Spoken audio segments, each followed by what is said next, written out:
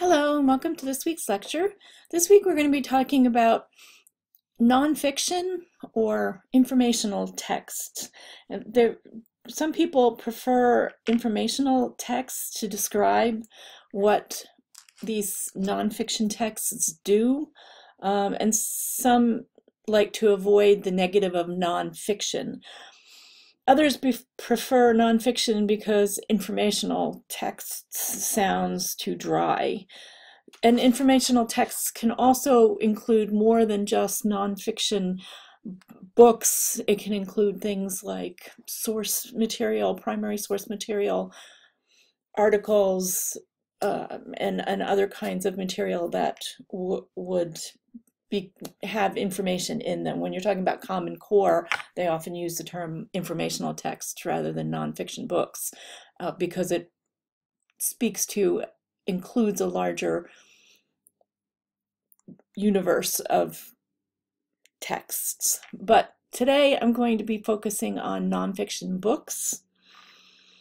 And one of the things that has always interested me about nonfiction books is the appeal to a broad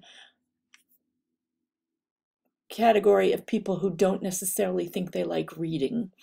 So often a student who says, I'm not a reader, will actually be a nonfiction reader of one sort of another. So it might be sports statistics, or it might be magazines with true life things in them. But I think nonfiction, beyond just research, can appeal to a large number of students who don't think that they're readers. Also prepare students for real life reading. Some of the things that you have to do, that's actually within the Common Core. One of the reasons they're focusing on informational text is because as you grow up, you have to read things like job applications and tax documents and that kind of reading that is not the same as fiction reading, although fiction reading can certainly prepare you in terms of decoding and being familiar with vocabulary, but it kind of prepares students for a different kind of real life reading. It builds knowledge. I read a lot of nonfiction books because I'm on the Garden State Book Awards, both the children's and the teen, and I find them fascinating, and I've always been a proponent of them as a children's librarian in the public library, and now I continue to work with them excuse me, for Garden State, and that's actually the committee I hope to be on for ALA is nonfiction. I just find it wonderful. Not to say that I don't love fiction, but nonfiction also boosts vocabulary, and of course it has the connection to the Common Core. It's interesting that when we first started talking about the Common Core, there was this reaction that, oh, we're moving to informational texts, and we have to avoid novels in English classes, which, as we've learned, is not what Common Core wants you to do. They want to move, as students go up in grades, from a 50-50 split to a 70-30 split of nonfiction to fiction, but that's across the whole curriculum, which includes things like science texts and history texts, social studies texts.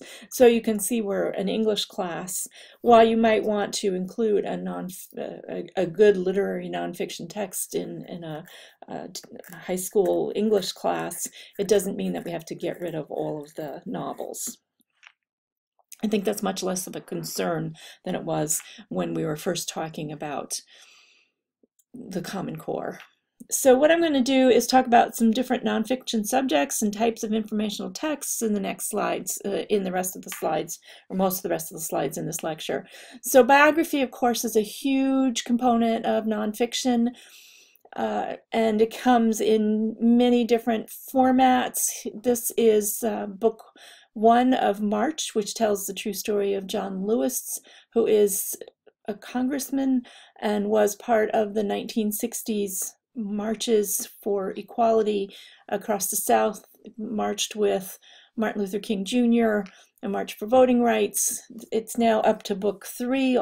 It's a trilogy, and I believe that he is the book 1 to 3 for March was about this period in time. I believe he is coming out with a additional um, series of books called Run, I think, that talks about him running for political office and being in political office. So this is, of course, autobiographical, but I include that under the category of biography. These middle grade "Who was Albert Einstein? Who is" biographies are very popular, although I had a librarian tell me the other day that she's very frustrated with her teachers because this is all they want, and there's so many other wonderful biographies, and these give good basic information, but there's a lot of stuff out there that's really good. This Terrible Typhoid Mary was one.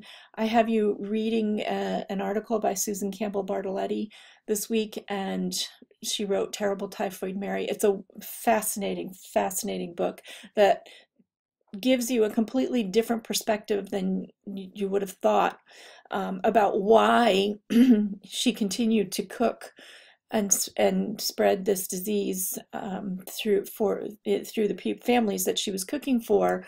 One, cooking was at the higher end of the hierarchy in terms of servants. You made more money. It was a better job.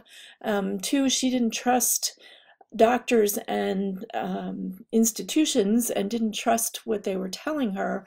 So it's a fascinating take on this that I've read a couple of stories about the typhoid outbreak, but never one about her that's so amazing and from her perspective. So I highly recommend that, but that's definitely a teen high school book. I love this Balloons Over Broadway. This is a picture book biography. There's a lot of really good picture book biographies which you can use to introduce subjects to even older kids. And this one is really interesting because it's how the Macy's Day balloons became what we know today, and it was a puppeteer who started them. So you can see that it would be a great jumping off point for an art class, for biographies on artists. There's a lot of biographies on musicians and artists and all different scientists. There's an amazing number of really good picture book biographies that can be used for all ages. Paleontology. I love National Geo's books. Cut this off down here. It says grades 3 to 7. This one was one I read for Garden State Book Awards. Fascinating, about a frozen mummy, a mammoth mummy that they found in somewhere where it's cold all the time. I can't remember if it was Alaska or if it was in the Nordic countries, but I think it was somewhere. I think it was the Laplanders who found it, if I remember correctly. But they found this mummy. What happens is, when from freezing and thawing, occasionally these mummies or frozen prehistoric animals rise to the surface, and so this group of people who found it knew that the paleontologists looked for this type of thing, so they went to get them. By the time they got back, it was gone. Found another group had come along and sold it to a store. While it was in the store, a dog ate the tail and part of one of the ears, but the paleontologists found it and were able to rescue it and kept it frozen and took it to research lab and were able to find out all these amazing things. Just fabulous book. You can tell I get all excited about these things. Sports, of course, there's great sports books. If you can't get kids who love sports to read anything else, have them read sports books. This is just kind of a fun book on baseball stories, odd facts about baseball, includes black and white drawings and comic strip illustrations. And this is a picture book sports book. Kadir Nelson does just the most gorgeous illustrations, so realistic. And this is a fabulous book about the story of the Negro League. And this has a little more text. It's a little denser text. Oddballs like grades 3 to 6, and this is grades 3 and up also. But this is also another book. You could hand it to somebody who is interested in sports, maybe isn't reading on as high a level, but this certainly doesn't look like a kid's picture book because of the amazing illustrations. Anything he does, I just absolutely fall in love with. I think I showed you If You Plant a Seed, which is also by him. So wonderful. And this is just, you know, skimming the surface of what's out there in terms of sports books. Animals, of course. Animals, there are a ton of books about animals, and kids love to read and browse about all different kinds of animals. This one's by Stephen Jenkins called Actual Size. It's more of a picture book type of book, but he uses cut paper and collage, and has actual size, has them in actual size. So while he can have the whole moth, he obviously can't have the whole giant squid, so he has a eye giant squid size. And here the bear, and then he's got a fold out of, and it doesn't show it here, but he's got a fold out of the hand of, I think, of a crocodile jaw, and then a big hand of a gorilla. Really cool for perspective on how big things are, and just a very, very cool book. He and his wife Robin Page do a lot of books on animals that are very good. Oh. This is just National Geographic again, although I was disappointed in my National Geos that I had to read this this time for Garden State Book Awards. They have the most amazing photographs, as you might imagine, since they can pull from all of the National Geographic photographs and photographers. This is a close look at one animal. This is another type of thing. This is also one animal. Actual Size has multiple animals, but these are drilled down and look very look intently and do one animal. Great. These are great report books, but you also might find that students just like to read them, again, because the photos are amazing, and Sandra Markle does a lot of really good work, nonfiction work. Nick Bishop, Frogs. I believe I know this was on one of our lists for Garden State Book Awards. I'm not sure if it won something, but this Nick Bishop takes his own photographs of animals, all different kinds of animals, and this is another good report book. This is an easy reader, which is kind of nice to have a nonfiction easy reader for those students who are, you know, just getting to be independent readers and want to explore not only fiction but nonfiction. This is a animal book that I just read for Garden State Book Awards. We just had our meeting and just picked out our new ballot, but this is about bioluminescence. Again, the most amazing photographs.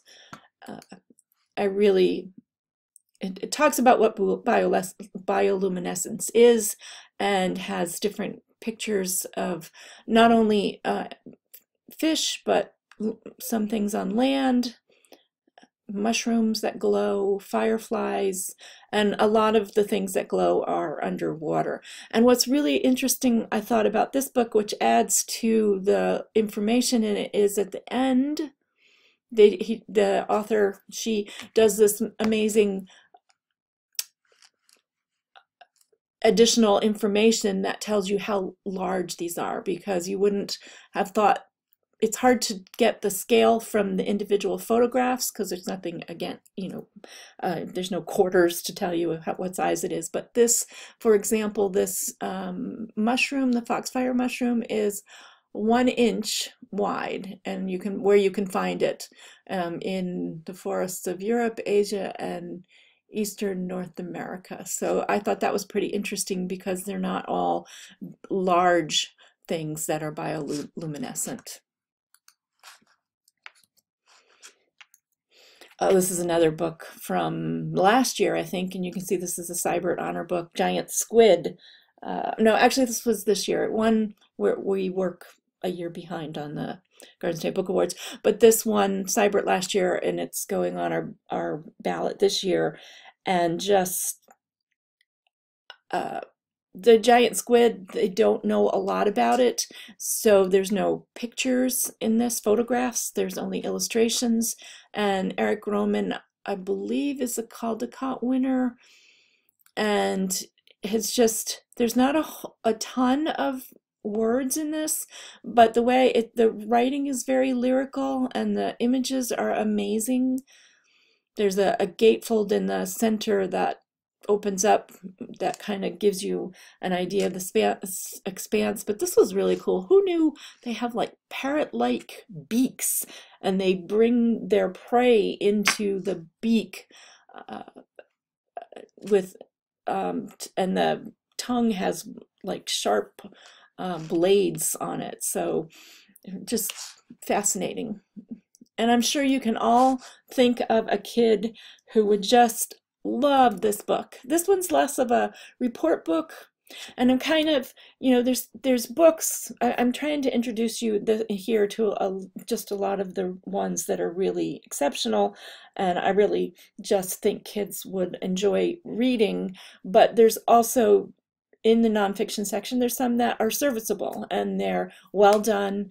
We're going to talk about some criteria to look at in a few minutes, but they're well done and they're good for reports and probably less interesting for browsing and just reading.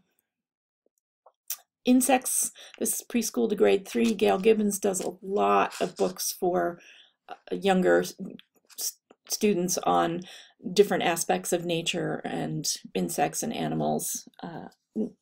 One of the things that I don't particularly like, but make exceptions for, I look at whether or not the illustrations, the issue of photo versus drawings, illustrations in a nonfiction book, particularly on animals, and why would you use one or the other? If they're detailed enough, then I find them acceptable.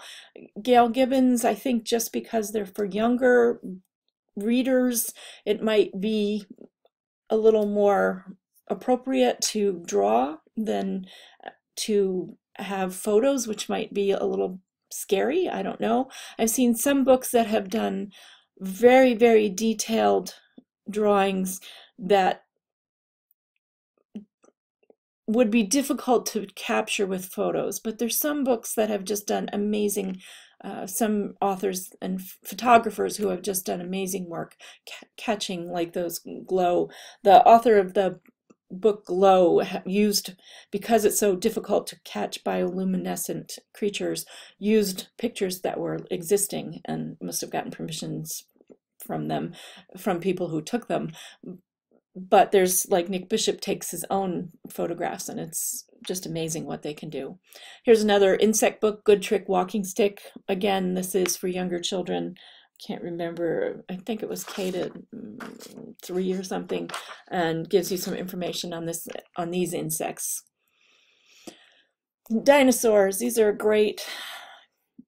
Kids love to read about dinosaurs. I always had to know where the dinosaur books were so I could lead the kids to them. But what I also wanted to point out with this is DK, Dorling Kindersley, and the Eyewitness books. They made popular a particular look to the book, this white background with the cutout images and some description.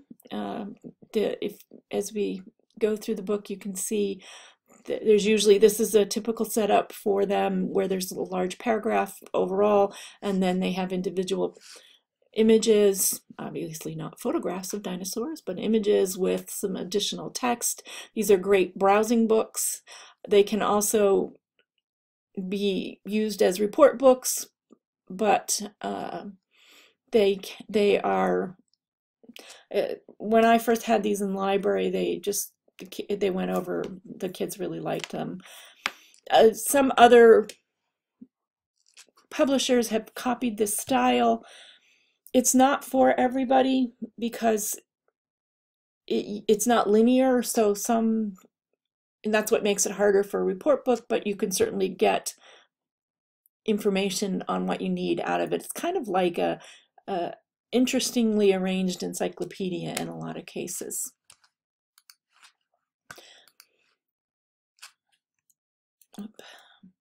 This is one of my favorite series. I think probably I've said the word favorite 100 times. This is called Scientists in the Field, and it's published by Houghton Mifflin, and they're about grades 5 to 9, 6 to 9 sometimes, and it follows scientists actually doing their jobs, and I just find them to be well written, fascinating. Often, like this particular one has images, photographs of scientists in South America and other parts of the world, and they actually have two scientists who are wearing the hijab, which I thought was really interesting because it's a great way to see scientists, how scientists look, and to give a model for that many scientists can look like different people. So it fights back against the stereotyped white male scientist, and I think that they're very well written and just cover a lot of topics. We just read one and included one, which we usually don't because they're usually a little higher written, on shark scientists, but there's a lot of them written by different people and very, very well done. Lots of illustrations, but explains what, like, kind of a day in the life of a scientist, sort of. Of course, going to have a lot of books on planets, solar system, outer space, and there's a lot of categories. If you think of your Dewey Decimal System, I'm really just skimming to kind of give you a flavor. There's many, many more wonderful types of nonfiction books, but I'm having fun with showing you some of these. Seymour Simon's done another number of excellent books in this category, as well as on animals.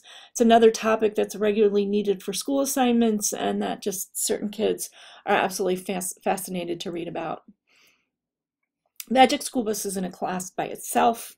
This is nonfiction, kind of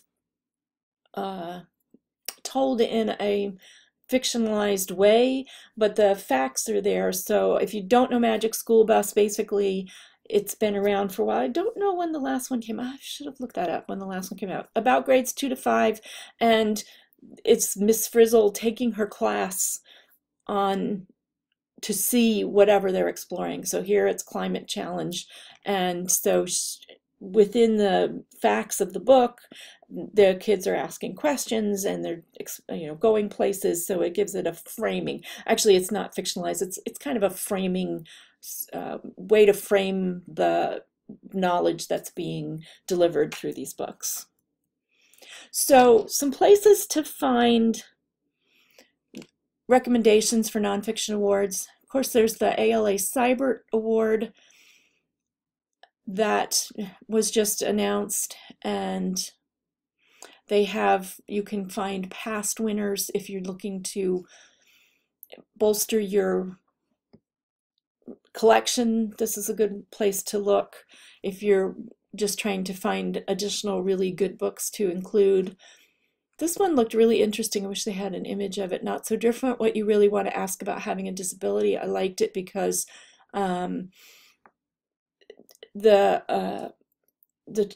it's from the perspective of somebody with disability, which I think is important. And 12 Days in May was actually the medal winner this year, about Brown versus Board of Ed and the freedom riders that boarded buses to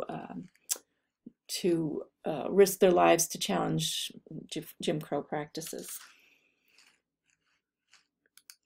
And then Orbis Pictus is another one. I think I might have shown this to you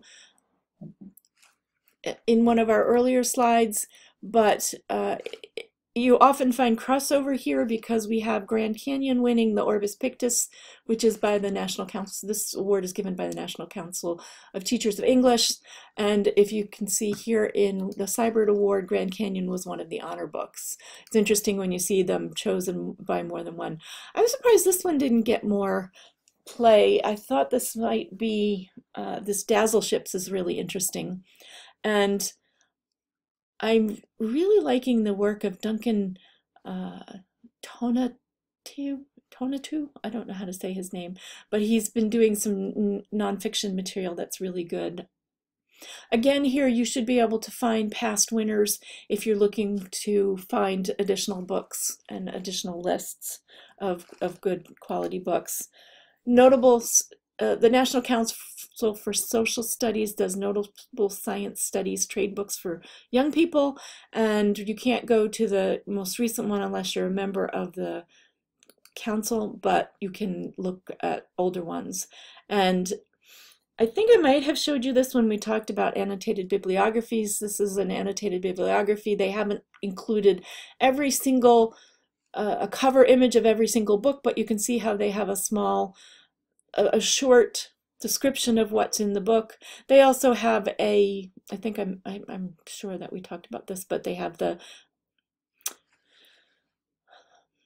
legend with additional information about each book. So including, so number 2, 3, 4, 2 is, I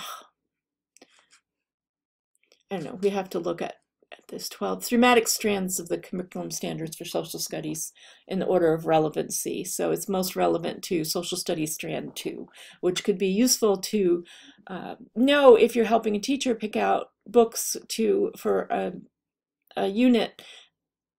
Oh, here's the strands up here. So time, continuity, and change. But this can be a useful list for, again, increasing your list of books, your nonfiction books, both for research and for just books that students would be interested in reading. And they also include The Hired Girl is fiction, I thought. But they include, yeah, they also include fiction about a particular time, because this Stella by Starlight's definitely fiction. So they include both of them. So you can see there's a lot that they've done here. This was really good, The Boys Who Challenged Hitler. So it can be really fascinating. Good place to find things for yourself if you want to read more. Carter G. Woodson is another one for National Council for Social Studies, and this is young readers that depict ethnicity in the United States. Just read this one. This was really fascinating about an early, it was in the mid-1800s, and I can't remember. I want to say 1860s or 1870s, but I'm not sure. And how this girl in Boston went to go, it was an early Brown versus, before Brown versus Board of Ed challenged separate schoolings. Her parents sued on her behalf because there was a school across the street from them, but it was a white school. She went there until I guess the teachers didn't kick her out, but eventually the district kicked her out of the school, and so they sued to have her in. And this is a really cool book, Step Right Up, about this guy who was enslaved and freed after the Civil War, taught a horse, and it talks about how he trained through kindness and taught him how to spell words and do all kinds of amazing things. And here you see the 3 March books, the trilogy. So again, a great source of ideas for books. Garden State Children's Book Awards and Teen Book Awards. For some reason, these links, the website that hosts these, I think is down tonight. I could not get the links to work, but I will post these links on the page and post the appropriate ones that will work on this. So evaluating informational text, evaluating nonfiction, of course, one of the things you want to make sure is that it's accurate. And one of the ways to do that is to check reviews. I read a review, I was reading one book and I can't remember what it was, and I didn't catch the mistake, but I went in to read the reviews for it when I was trying to decide whether it should be included or not. I like to read a book first and then go and look at the reviews because I want to make my own opinion. But they indicated that they had a date wrong in there, and I kind of looked around and it did seem like the date was wrong. Another way is to look at the publisher quality. Certain publishers, you get to know them. I trust more than other publishers, although I just had a really good book by a good publisher, and there were two mistakes in the captions. It was on Fanny, who was Fanny Didn't Flinch, and she was a union organizer back in the times when Fanny never flinched. And it was back in the time when they were organizing ladies garment workers, and she became the head of that union, and they supported the miners unions strikes also in her role as the head of the one union. She was supporting the other unions, and really good, the whole thing, but two of the captions had weird errors, so sometimes you find that. I probably would still want that book in my library even though it had those errors, because they were not factual errors. One said something about food and Sheltzer, Sheltzer, and the other was, instead of intercepted, they had intersected. So somebody they had somebody who was asleep at the wheel while proofing the captions. Probably the author did not get the captions in her galleys and her galleys, and so that she wasn't able to correct them or find the mistakes. Look at the author qualifications. You can see for accuracy, did he or she consult experts? Did they have somebody else take a look? That doesn't always make a difference, because certainly what has happened is authors have consulted experts and then chosen not to listen to what the experts have said, or to make their own decisions about what they include or don't include in the book. But certainly, that could count. It's something to look at, how they got this information. Often in the blurb, or we'll talk about the author notes too, you can see something about what they did to do this research and how they found out about the material. Make sure it's up to date. Some areas of the nonfiction collection age more quickly than others. Certainly, it's almost ridiculous to buy anything about software or computers these days in book form, because it is out of date almost before you get it on the shelf. There's other things that you want to bring up to date. When Pluto was no longer a planet, all libraries had to start working on getting those books out of the library and replacing them with more up-to-date books that did not include Pluto as a planet. And then I think they've changed it again. Now it's a dwarf planet. So again, kind of bring your books up to date. There are some weeding sites that you can find suggestions for how often to look at things. Used to be a really great one that isn't kept up to date anymore. But obviously you want things that are not giving way old information.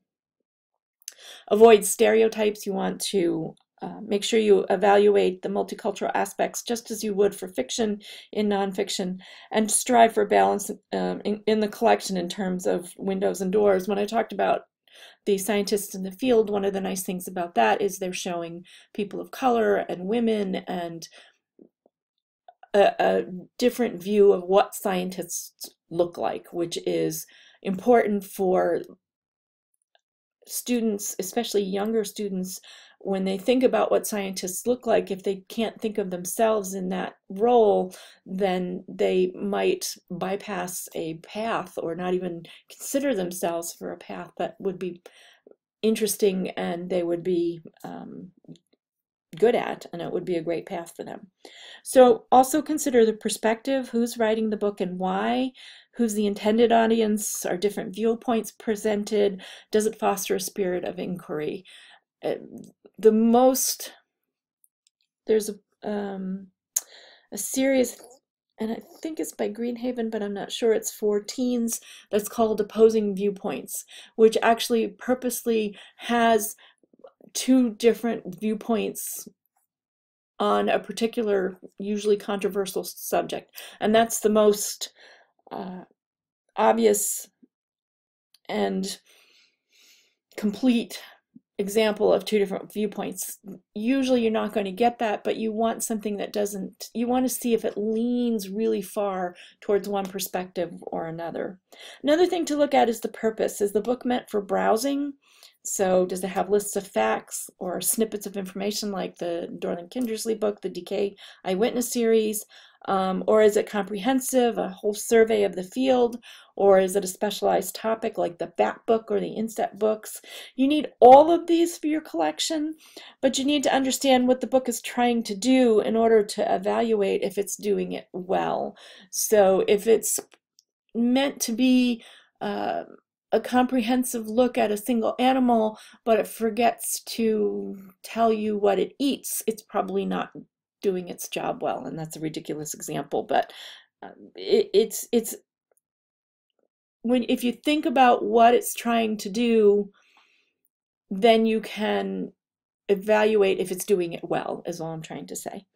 And not very well, but and then finally look at the organization and the style. Is it well organized? Can students understand it? Remember, some students are not as linear.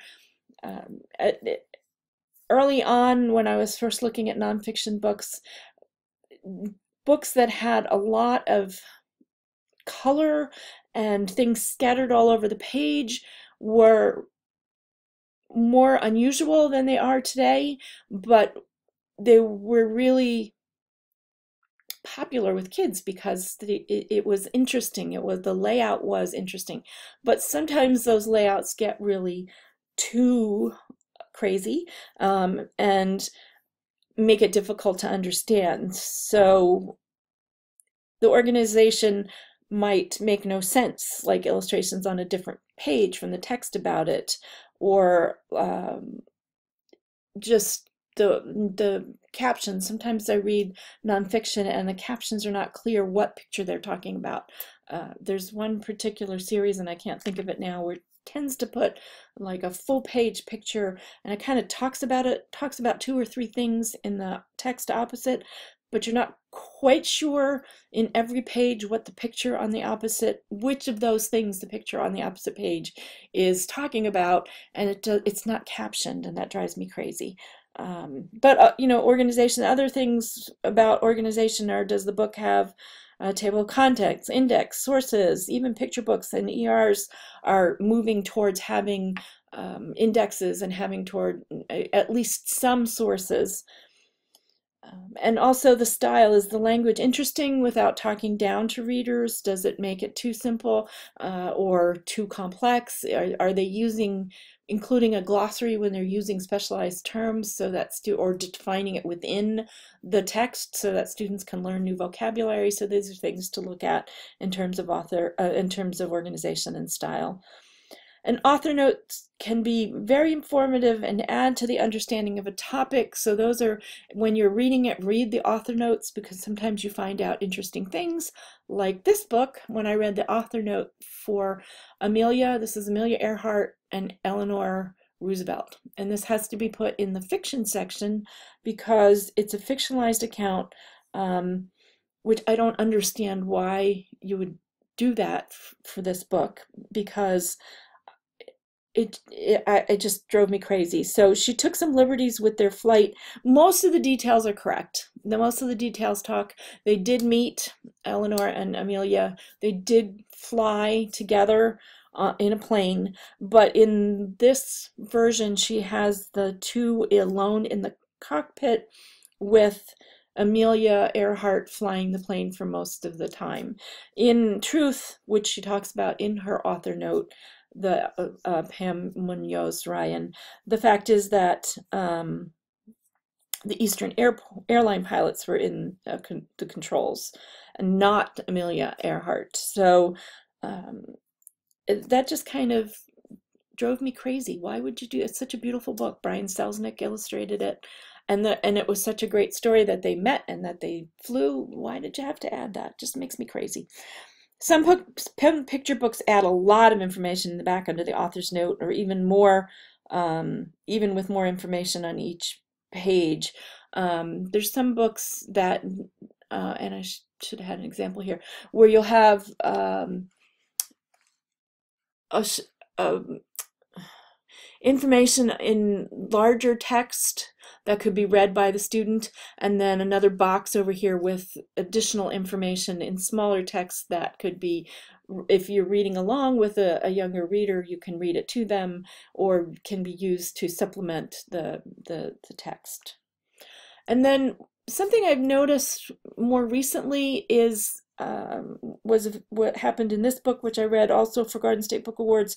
It's a biography of somebody who's not around anymore, but told in first person.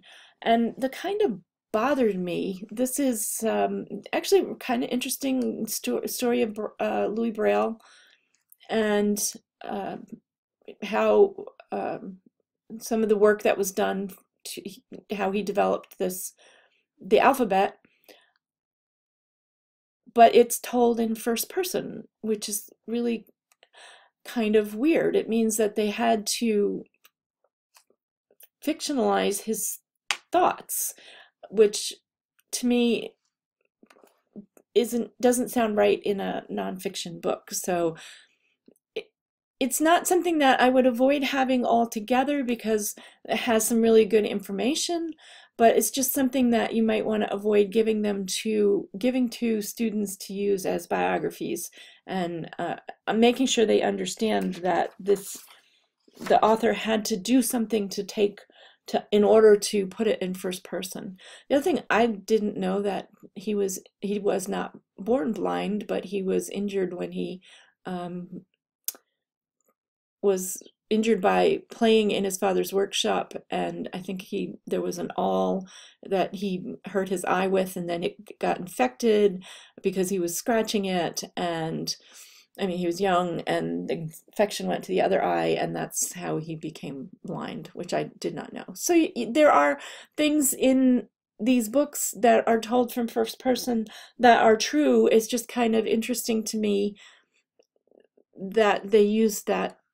They wanted to preserve the immediacy of a first person narrative, but it's weird in a nonfiction biography.